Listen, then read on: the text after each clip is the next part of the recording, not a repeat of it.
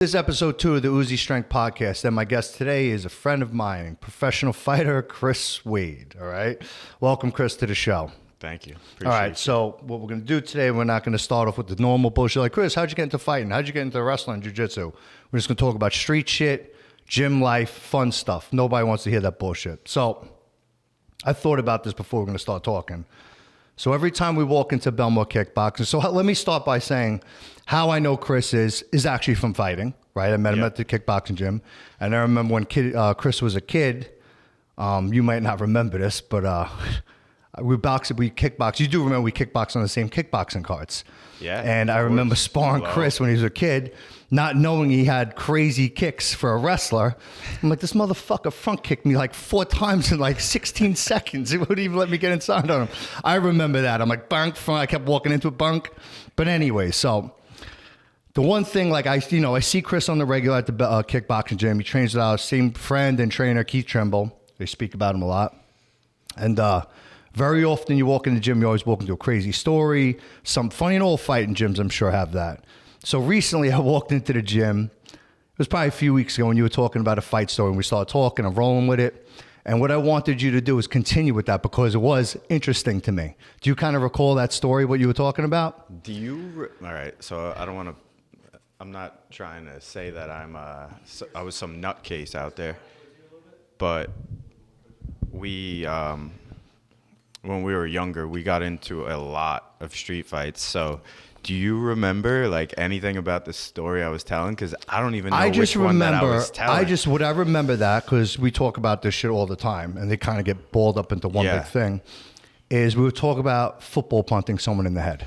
Oh. And then Keith started going, do you remember now? I know the story now. And I remember, though, whenever I was younger, I'd hold back a little bit to not kill him. You guys like, I fucking tried to take that motherfucker's head off. I'm like, Jesus Christ. I held back like the last second. Never I did that. So I know that story. And that was wild because we were just hanging out. Me and my group of friends, we were out of our minds.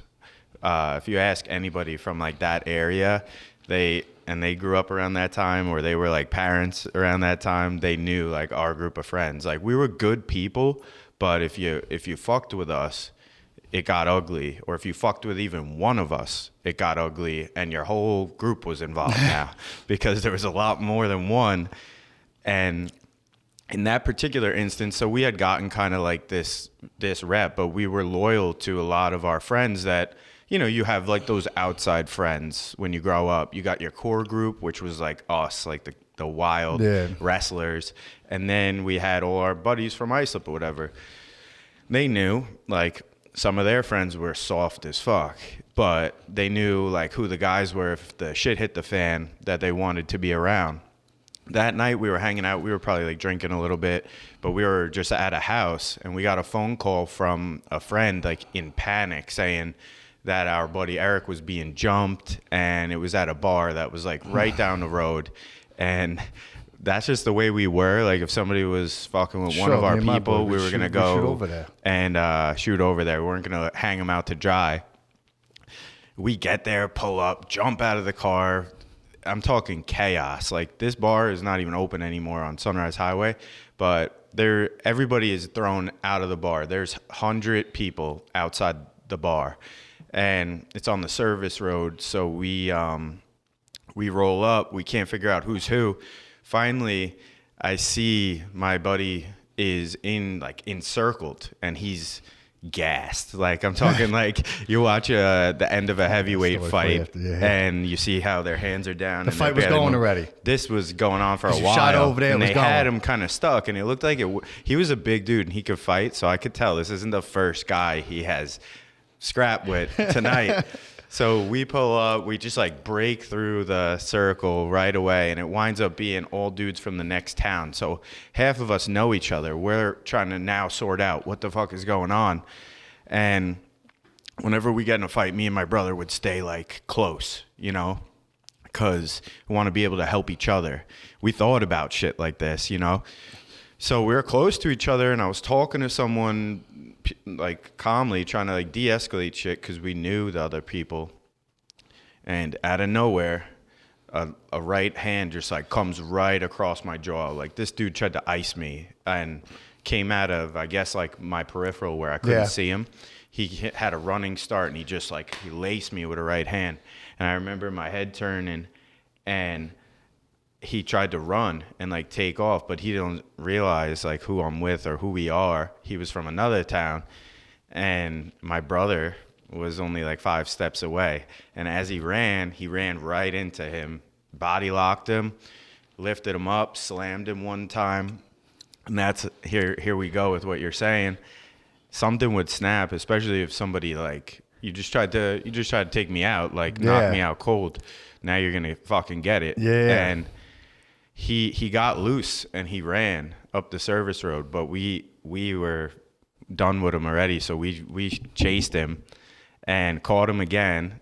And he like my brother body locks and like Matt returns him on the concrete, and then I don't know, I just snapped and I like stepped up and I threw that football punt kick and I kicked.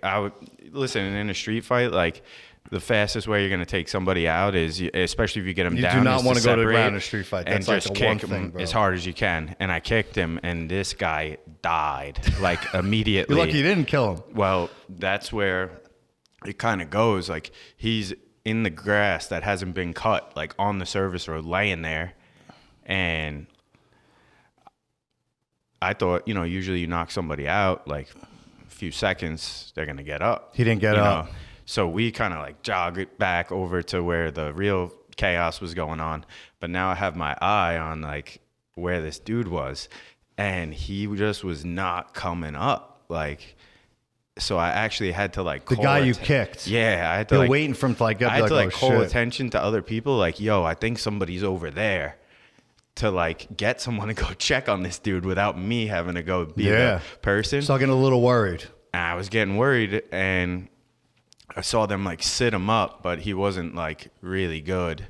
And we wound up, then all of a sudden here comes cop sirens. Yeah, of now course. we're out. I laid in bed that night. Like every time I heard a siren or it could have been an ambulance. You were waiting like, for them to come. I was like, they're coming for me. I am toast. But I think the dude, he wound up being like the fights like that with like your groups of friends. Not a tremendous amount of people. I'm sure there's a lot of guys out there with them, but I had that too growing up, right? I had my circle of boys that are still my boys. When I'm a little older, so you spread, but I still stay in touch with them. And I have a ton of them and like talking like this. Like I forget about them and then it brings back memories. And I haven't told this story in a while. And, like my boy Matty, one of my closest friends, Matty P. Just very, very athletic. Not like, technically ever fought. And he's just smoked people, knock them out, but he's very athletic, play football, throw 90-mile-an-hour baseball. One of those guys, right? Yeah. And not in shape, just like big, thick, just naturally. And he used to fuck people up, I remember. And he was dating a girl from a different town, Elmont. And actually how we knew these guys, like some of the guys from Elmont moved to Merrick, so we became friends. Yeah. But like that's why we were going over there. And then he started dating some girl, and that whole thing that happened, the old boyfriend and shit. Yeah.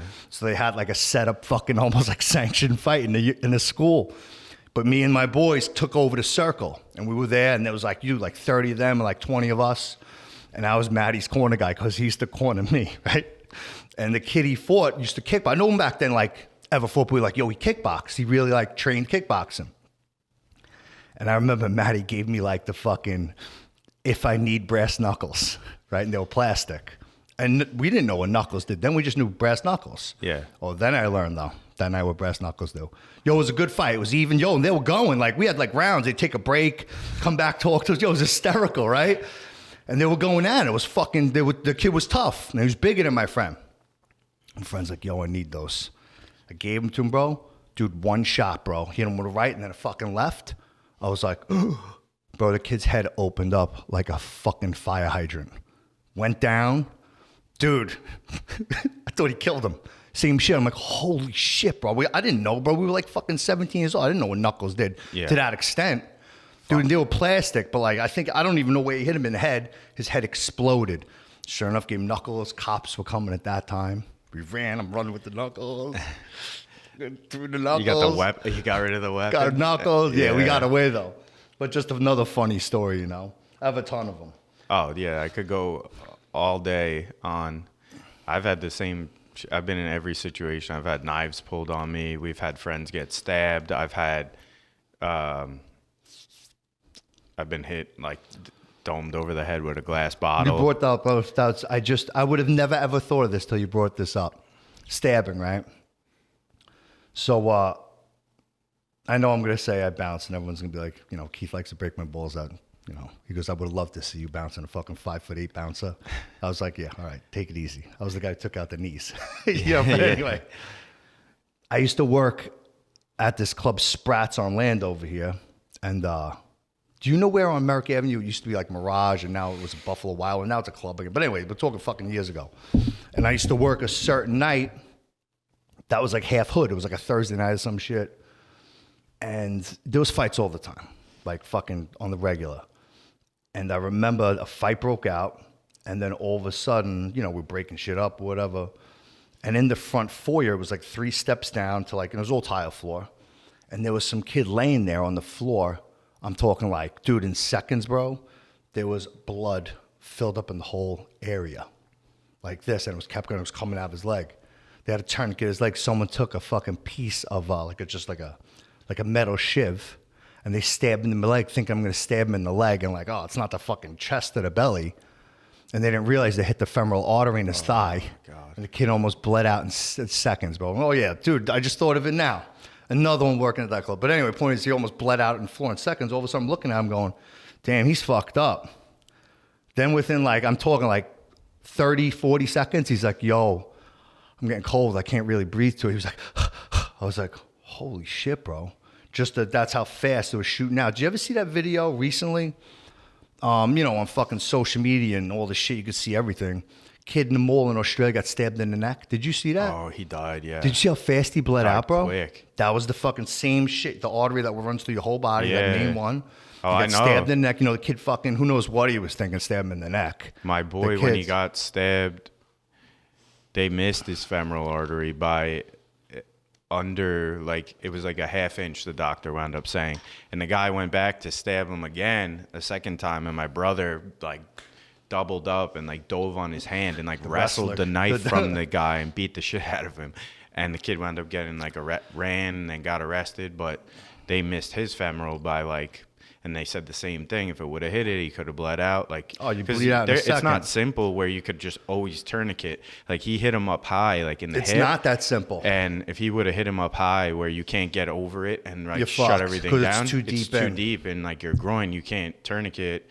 You're in trouble. You're almost better off getting stabbed in the midsection or somewhere. Oh, yeah, I don't know. Well, I don't know. You know what I'm saying? Like, dude, because you clip that artery in your leg. That shit is scary. That's why ever since I got into mixed martial arts, thank God, and that's why like everyone that walks in my doors at Long Island MMA, I have not got, you know, knock on wood, had any type of altercation with anyone physical for 14 years now since I've been in martial arts, because part of it is I realize how dangerous this shit is. Like, these guys are nuts out there. They can't fight, so they're going to just pull whatever they got, you know. I mean, you also know, I mean, you're a professional fighter, that the more confident you get physically, the less you'll do ever something. You know what I'm saying? To like really engage. Like you could fucking just, people don't realize, like, and on a much lesser level than you, when I was training for a while, so I was at Belmore for a while, you know, I'm not a professional fighter or anything, but I got into a fight when I was in Vegas with my boy Sammy, who's one of my closest friends, a total fucking nut and alpha male. But anyway, I got into a fight with somebody. We had an altercation with these dudes. We saw something building up earlier in the day at the pool. He went to go to the bathroom. One dude approached. I said, get the fuck out of my face. He rounded up his boys. Same as guy. We're walking out. Right, and fucking here he comes. And the guy, I remember, said, yo, this the motherfucker. He looked at me. I went to go hit him. Right, I know I hit him. I don't know if I knocked him out or not or what happened. I started getting tackled from the side. Right, and all I did was quarter turn. This is when I realized like throwing punches and stuff like that often works, and people don't know. I was like waiting to like slip and counter. He would like slip and counter. I hit him with an uppercut. His eyes, well, he looked like a bigger version where he me with like fucking hair. Right, hit him with an uppercut, left hook, and right hand. But like I didn't do it like I hit bop bop bop. After I hit him and hit him with 2, I was waiting to like move. Yeah, nothing. He just stood coming there like back. this. Yeah, nothing coming back. And then bang, I put him out. I'm like, wow, people really have no idea. So it's scary. And now you see like you fucking hit people in the head. You don't want them to fucking die hitting the head on the ground or something. Yeah, concrete, you know what I mean? That's it. And then you're fucking in a lot of trouble, you know? So well, yeah, I you gotta be don't careful even today. do it. I don't have to like fight demons and be like, you got something to lose or you're going to get in trouble. I just like, I already know what the end result's going to be if I like, it's going to be what you said, like guilt and am I in trouble? Am I going to get civilly sued because Especially this dude someone took like you, you're a a cut at professional me fighter. and then I step back and I head kick him and he's out cold. And he hits his head on the ground. Now I have to go through a 6-month. It's not even worth it. So someone bumps into me now, or they're being like, I'm like, oh, sorry, I'm sorry about that, bud. Like it's my fault. You know, basically you got to do something to one of my people out to get me into that place. Now it can't really be to me. You'd have to like really put your hands on me. But none of this like, oh, this dude's staring, or that dude bumped you or spilled into your drink. I'm like, I'm the happiest guy out there. Yeah, I'm like, cares? oh yeah, it's good, it's good. You stepped Dude, all who over my gives a stuff. fuck? Yeah, like who gives a I hope fuck? you unless you have to really at this point, I really don't even care. and that, I could care less. Yeah. But when you don't train and you don't get that confidence and you don't find out what you're made of, some shit. that moment is like where that's your battleground, where you have to like be a man right then and there. That's what happens a lot though. Yeah, with we regular don't people. need that because we know. You know, people ask, or like a girl will ask, and they'll be like, "What would happen if you got into a fight like with somebody? What if they were bigger?" And I'm like, they better be bigger and also a professional fighter. Technique, bro. They better also be like, what's his record in the UFC? Then I'll say to you, all right, I got my hands full, like big time. But No, I've always said too, like if fight never didn't work out for Chris, he'd always have a career in fitness modeling. The way he looks like a fitness model now. So that's always an avenue for you. But you know, it's funny because I obviously you do too. We know a lot of regular normal people, and they don't understand like how could that guy beat that guy so small. I'm like, yo, physique and size has nothing to do with fighting. One, all right? And don't take the misconception just because he's that size, the guy's not incredibly strong, and then you add technique into that, and now they're really, really strong with technique. You know what I'm saying? By doing what we do, you know, and I just know guys like Gregor is only, with 100, walks around 160-something pounds, but he's fucking strong when he grabs you with that wrestling strength. You know what I'm saying, obviously. You know what I mean? Yeah. But a lot of normal people have the misconception. Like, how could that guy beat that guy? Anyway, I just was watching you recently cut weight for that last fight, and didn't look fun. And I, know it's like sweating and working, and you look miserable on the bike, fucking not drinking, eating or whatever. But I also know that you did some construction like I did growing up, and it sounds like you did a good amount to know enough. Now, everyone knows me as the construction guy on social media. I'm the blue collar guy. I did years and years of it. You didn't do the amount of years I have. Do you feel doing that now, working out in the cold and elements and doing that salty shit transition to being able to apply it to the hard work and to fighting and the training? Yeah, absolutely. It's almost like a rite of passage for a man. I think if you... Rite of passage for a man. I know. No, seriously, because I like that. If you go through your youth as a man and you don't ever get a job that requires like physical exertion, physical labor, where you're lifting shit, carrying big planks of decking, or I mean, I did it all. Like I've set granite. Carried granite into houses, crazy amounts of lumber, all day, any different type of job around a house. When I was working with a general contractor, we ran into it: bathrooms, kitchens, tiling, whatever the case may be, and all that shit is heavy. And middle of the day, you start breaking down, And there's a lot of dudes now that are soft. They never got. I'm gonna say this in the best way too, because all of us have done this. Anybody who's done like construction for a considerable amount of time and for duration and doing day or like weeks and months and over years, you always have I should have stayed in school check. Yeah. At some point, right? Like when you're out, you're like, you get hit with a fucking piece of metal or like a fucking shard of steel gets in your eye. You're like, fuck, I should have fucking stayed at school. It's freezing. You're like, what the fuck am I doing here? You know? But anyway, I feel doing that builds that real salt in somebody. So I always say the word salt now, right? And where I got it from, everyone has a favorite movie and favorite characters, right? So I'm going to tell you right off the top of my head. I got multiple if I start digging, but right there, two off the top of my head is, you ever see the movie There Will Be Blood with Daniel? Yeah. It's one of my favorite characters. He's fucking hard and tough. I love that character. He's one of my favorite actors. And then, did you ever see, what is it, Gran Torino with Clint Eastwood? Mm-hmm. He's fucking that tough Walt Kowalski. Yep. And he has the little Asian kid where he goes... Yeah, working with fucking tools builds salt in a man. Where's the salt in a man? That's where I got it from. I like He's that. one of my favorite characters. The salt in an individual. You know, not saying you're not a man if you don't know how to use tools, but you know what I'm saying. Like, I just always, when I think of something, I refer to him because in my eyes, he was like one of those old American, like a real American man. Took care of his house, chewed tobacco, smoked cigarettes. Everything was pristine. His car was pristine. He had all of his tools perfect. You know what I mean? I kind of do think that way. Like, if you're a middle-aged man and you can't fucking nail... There's more than you think, You bro. can't nail up something in your daughter's room for her. Like, there's something missing there. I'm not saying you got to be an expert at everything, but... As a man, there's like I feel like a bare minimum of what you gotta at least. You should have a bare minimum man go level. on YouTube and watch a video and figure that shit out. Like, Zane, you're gonna go fucking to a little bit of fucking yeah, no school offense. now. No offense if you don't touch. No tools offense to all the guys everything, out there. I was forced on even it from upon me a against my woman's will. perspective, though, I mean that can't be attractive. Well, if you can't. I can definitely tell you this, right? So I was real young. My friends, very close friends of mine, family, the entire family, and I changed a tire on a car. She was like, "Oh my God, that's so hot." I'm like, Yeah. "What?" She's like, "Changing the tire." I'm like, "Changing a tire?"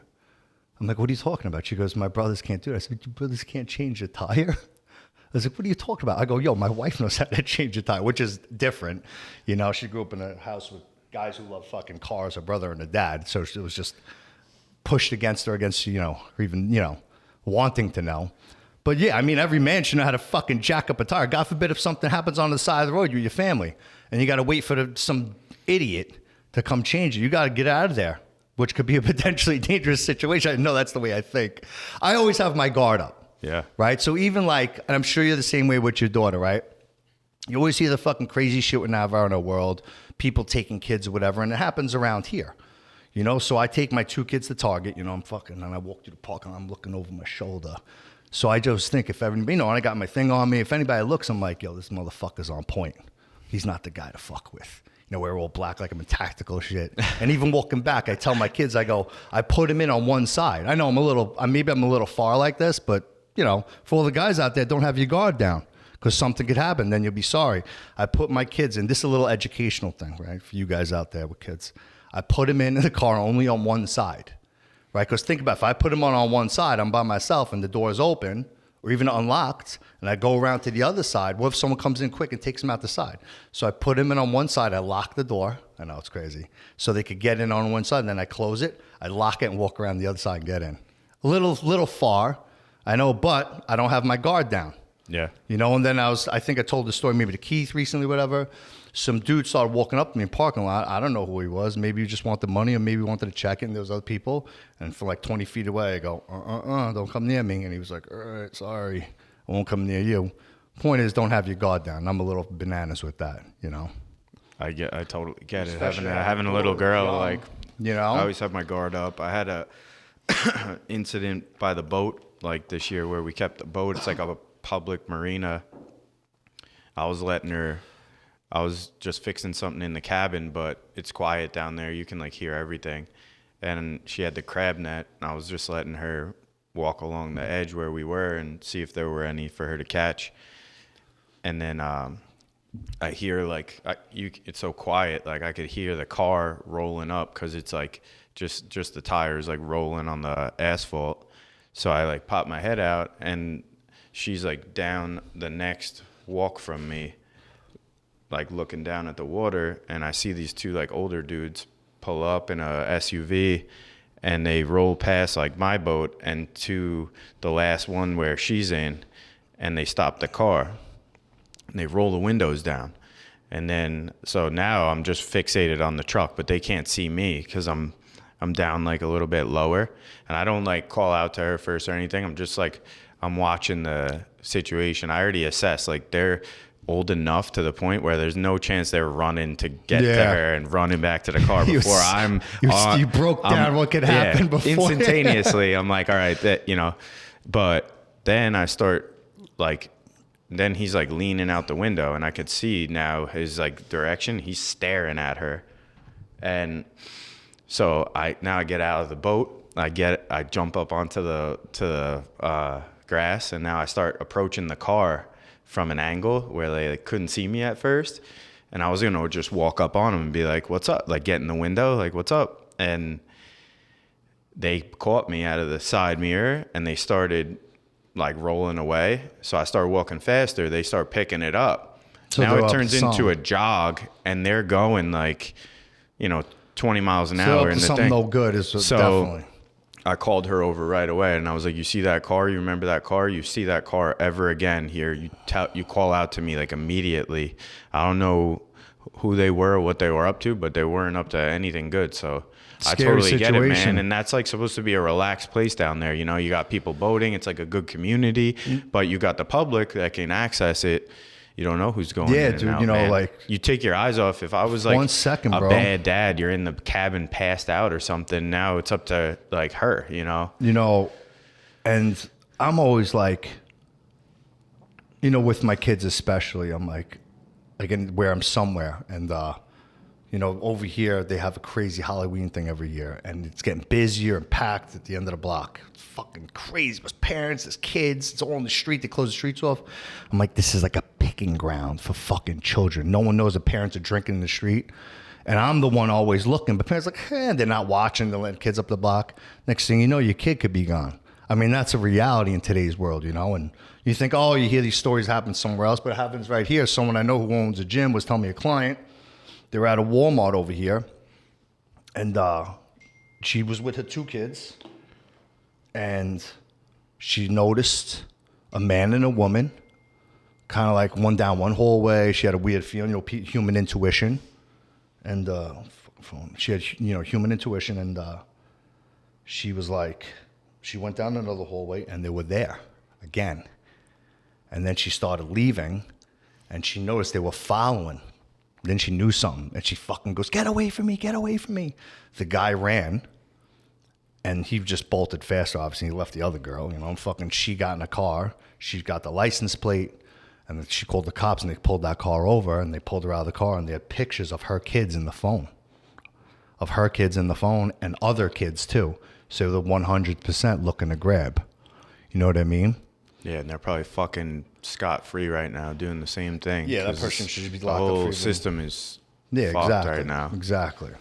Meanwhile, they should have got a beating. Like yeah, exactly. That could be a whole other fucking avenue we could talk about, But, so we would talk about other shit, and we're going to go all over the place. So I walk in before, right? And I forget my bottle, and I'm like, fuck, man, I forgot my Zins inside. Chris is like, yo, I got mine too. You did? I'm like, yeah. I'm like, you used to chew tobacco, so I used to, when I was a ball player, I used to do Skull and whatever, and these aren't good, but they're better than those. And, I buy the lowest milligram so I could put like 2 and 3 in, so I still got that feeling, But we were just talking about, and I have this conversation with other people, which one did you use? Which flavor? I was like, I used to love Skull Cherry Long Cut. That shit fucking wrecked my mouth, and I had to switch over the other. Bro. And then some guys like the Cowboy Crack was it Copenhagen or Kodiak, right? That's the one I never did. Though. That was way, way, way too fucking strong. When you grow up in wrestling, especially like a northern state or like these Midwest states, that's how. Like that crew I was telling you about, we wrestled all off season. So we're going on trips where rubbing elbows with people upstate from like Gregor, like we would run into him all the time in the off season. and all these dudes from like a young age, they chewed like, and it was like when you used to go on these trips, we're the last generation of like people. The kids don't fucking have any idea. When you got sent away to like an intense camp or something like that, you got a shitty dorm room in a basically closed down campus somewhere, and you brought a fan because they said it was going to get hot, and you had no TV. It was uncomfortable. You had it was like prison, but you could go work out, you Miserable, know? yeah. And you're with all the inmates in the fucking asylum. It's all kids your age that are nuts too. And sure, you know, what are we doing? We're playing cards. We're gambling, like we're playing poker, we're playing Hold'em, whatever the case may be.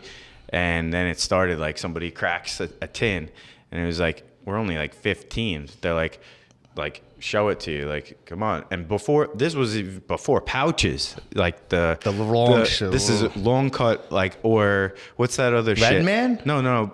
Which one? I've done the real chew. All of it, but I'm saying there's like a fine cut and a long cut. Fine cut is fucked. Brutal, bro. Something's wrong with you if you chew fine cut, like Copenhagen. That's or like something. micro dust. Fuck, it's everywhere. Oh, that was the worst. But we got exposed to all this shit, and it was like, if you didn't do it, they were like, "Come on, pussy," yeah, and you would just get pressed until you broke, and then we all wound up with like a habit from you know, it's addictive shit. So we come home. Now we're underage and we're finagling to get fucking skull from like degenerates that are older than us. Like, can you go in and get us 5 tins? You're addicted and to... we're picking out, like, he likes peach long cut. He likes you know, regular long cut. This guy, and the guy's like, get the fuck out. I'm going in there. Cherry, bro. Cherry was my favorite, dude. That shit used to shred my mouth. I couldn't do cherry. Cherry, fuck. It's strong, taste, bro. Like, dude, I used to love that one. That was the heaviest one. Then I went to mint. We were talking about this.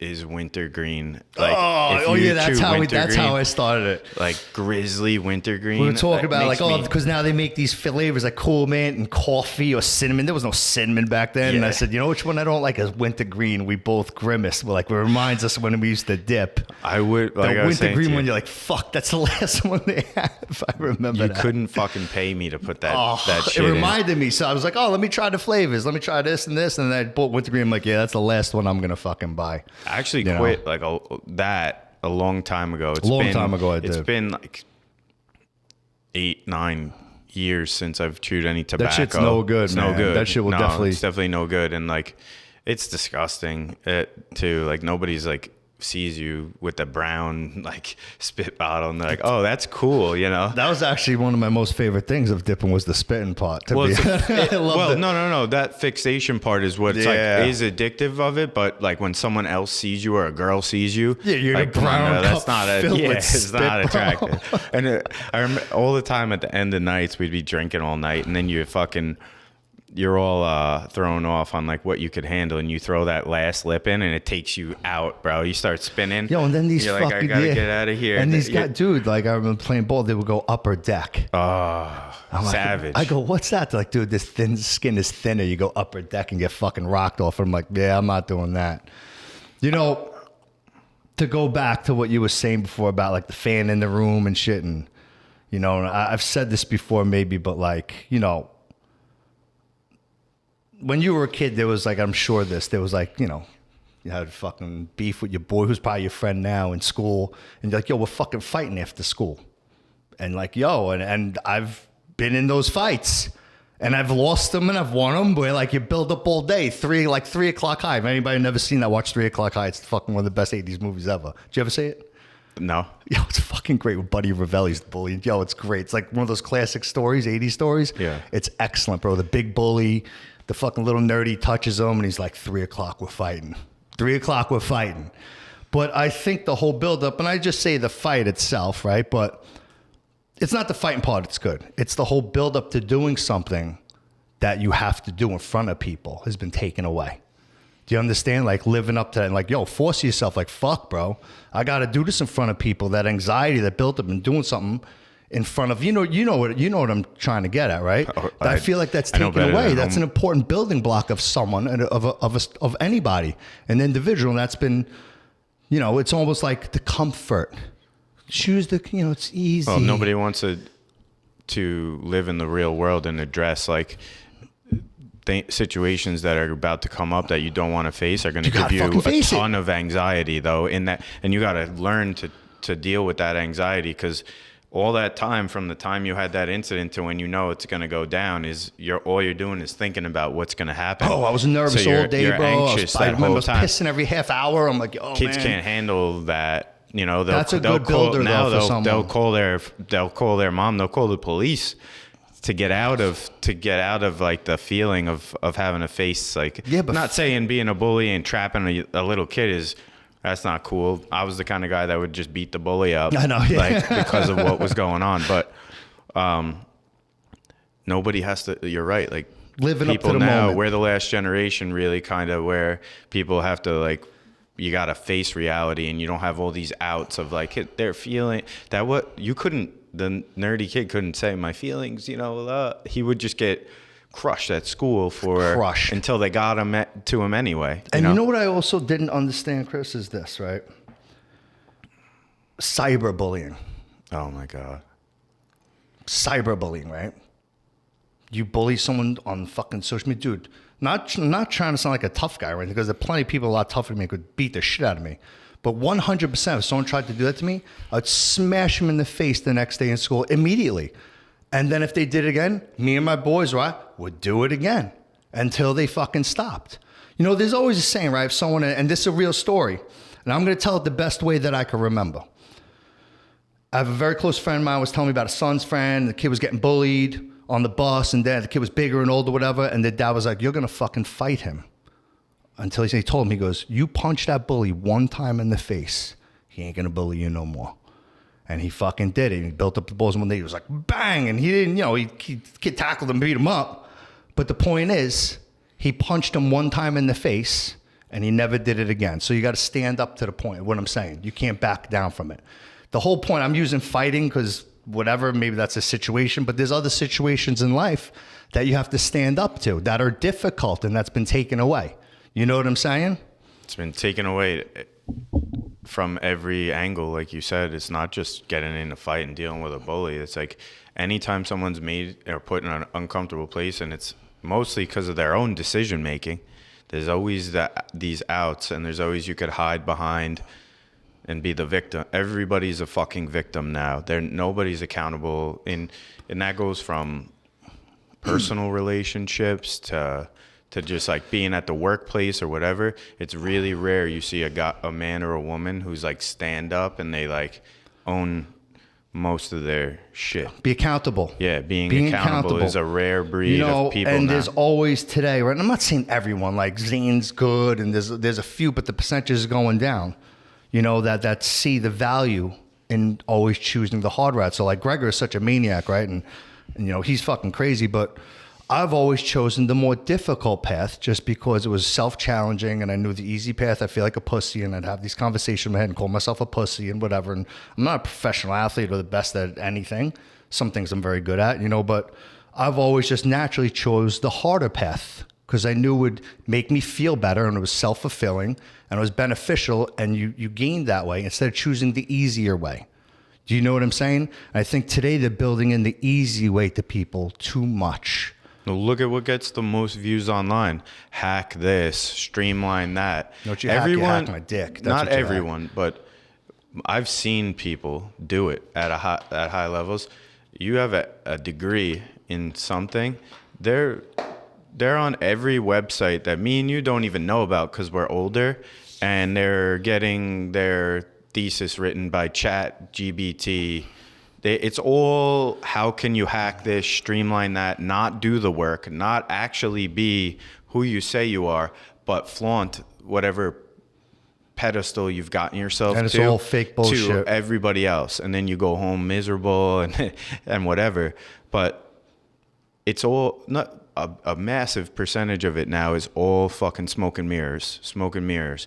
Like, that's why real ones it's hard to come by. And it like you said, it's a dying breed. he has there's a common denominator. Like they're younger, but the percentages are going down. They're involved in the martial arts. They're involved in wrestling. They're involved in things that naturally make a man or a woman and instills those fundamentals in you. And like, I couldn't do that. I couldn't go like study law or something and go all the way through and feel good if I just waited till like 2 nights before, paid like $99.99 and chat GBT'd my thesis, read it over, pretend it's mine.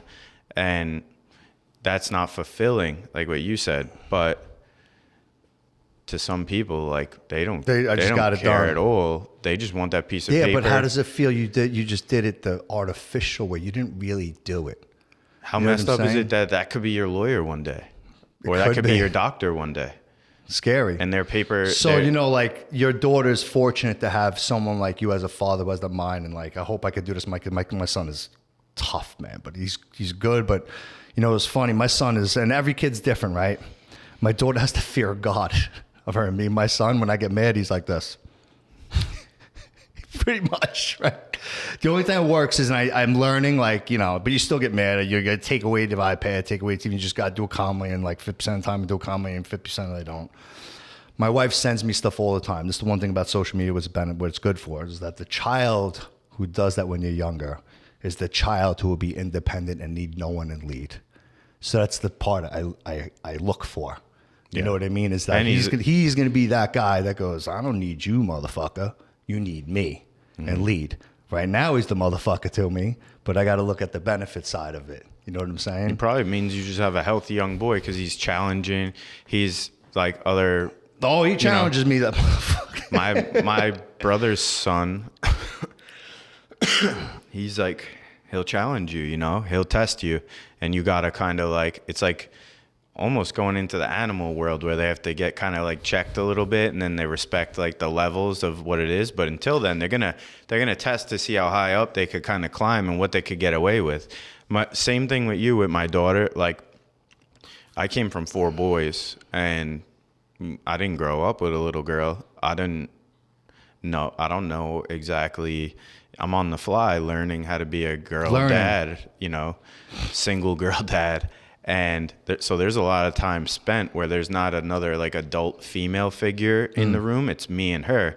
And I know kids are sponges, and I know that they basically it's like a slow programming, in my opinion. Yeah. Over the years, they're absorbing all your tendencies, all your habits, everything. And a lot of times in that full household, they're looking toward the woman. But with me and her, it's me and you, hell, like. And I accepted that I'm not going to try to play some softer role because I'm trying to be both things here. What I'm going to do is, like, she spends her time with her mom. Let that be where she gets that. And I think that it's important because and going a little bit of a tangent, but there's a lot of young women right now that, and I guarantee you start boiling down what the common denominator is. They're fucking attention fiends online. They're addicted to, especially like male attention. And a lot of times, like, they didn't get that father figure, that disciplinarian, where they have like a respect for a male in their life that they don't want to embarrass or disrespect, or they just hold themselves up higher. And with her, I've never had to. She's young still. She hasn't gone through like the whole social media shit. That's how old is she now? She's gonna be 10, but it's young, coming soon. Soon. Next couple of years, I'm gonna have to deal with it. And like, I've decided like I'm gonna be that disciplinarian figure in her life, because that's a father's job, is to be. You can't always be like loved. Yeah, you got to be like the other side of the game a little bit and accept being the bad guy once in a while. And I've never even had to raise my voice at her or anything. That's good. And she has that fear of God. If I just look at her and I'm like, right away she's like, what? Like, she knows like he's serious now. Something I can't fuck around. Something I'm doing is not okay. Yeah. And I'll talk to her about it, like, yo, you can't do that. And it works. The one thing I have to say, like, we all have, and a lot of people have, you know, tremendous respect for Keith. You know, the toughest alpha fucking males have a ton of respect for Keith, you know, in the circle of the fighting world. And what I respect most about Keith is, yes, he's one of the toughest human beings and all that other bullshit, but his view on things and perception. So, like, I remember years ago how he handled the situation with his kids. I'm like, fuck, that was good. You know, like, immediately, I can't recall exactly what it was, but somebody came, you know, said, you know, his daughter came back to the house, said so-and-so did something, and then he stepped back and looked out. You know, there's always three sides to the story, his and the one in the middle. And he immediately goes, yeah, but what did you do to antagonize that situation? Instead of most parents would jump down the other way. Yep. In defensive, you know what I'm saying? I'm like, fucking, you know, and I was younger and I didn't even look at that, but you learn from that, you know, and other things where I respect, you know, like just his view on things, meaning like what type of person you are. And there's a whole other avenue, but like the very first fight I fought, I lost on points that I could, because it was I took an international kickboxing thing. You have to kick above the weight, which is stupid because I'm 5'8", which is retarded, right? My best thing is leg kicks, and I don't know why I did it. And I lost on points, and I remember how dejected I was. And then Jordan was fighting right after me, and I pulled myself together, not thinking about that, but I just went out and behind. But he goes, how I pulled myself together after that and was there for a friend. He valued those parts of a person instead of the other part. Do you understand what I mean? His view and sees in a person. That's the things that I respect about Keith, because he looks past that other shit and he sees what kind of person you actually are. You know what I'm saying? I'm just saying he's just a very good dude with a lot of lesson to teach people other than beating the fuck out of people. You know? That's why he and I have gotten so close, and since really before COVID is like, listen, I have a strong father figure in my life. I love my dad, and that's my guy. Everything he's ever tried to show me, I could see what his moral compass is from a step back perspective, especially as an adult now. And I know that guy is like you said, he's salt of the earth.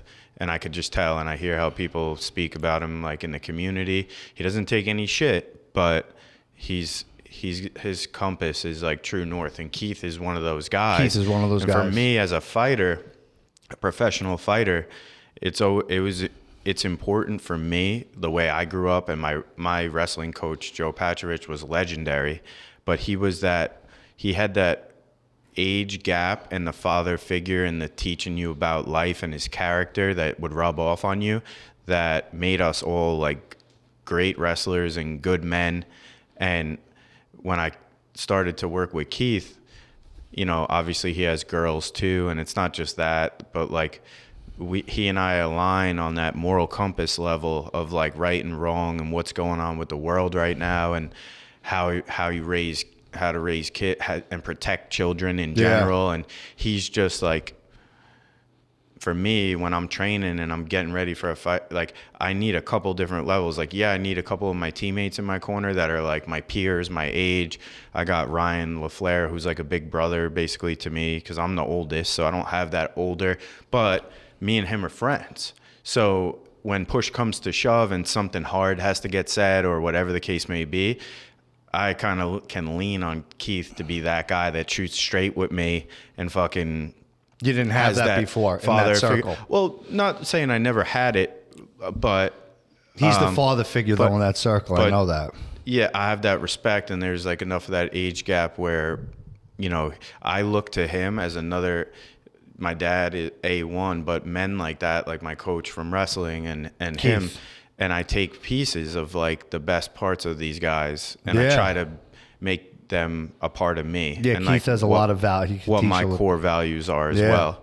So yeah, he's awesome, and men like that, like you said, it's a dying breed. Keith, I'm saying something very nice about you. You should catch us a little piece and listen to this. Everything else, you could fucking, you know, kick me or whatever. Get this deep into this. We'll like speed it up. You can listen to the end. We talk very nice about you. Skip forward to minute 23. Yeah, man. So, listen, we talked about a lot of shit today. I got something to do real quick, but this was a good episode. I think people would really enjoy hearing this when we talk about fighting, so other things. I think we should do this again because you and I have good conversation flow. Yeah. And I hope everybody enjoys it. Talking about fucking up people and how to raise your kids. Yeah. That's a crazy combo. Till the next time, I hope you enjoy it. Thank you, Chris. Thanks, man. Have you on again.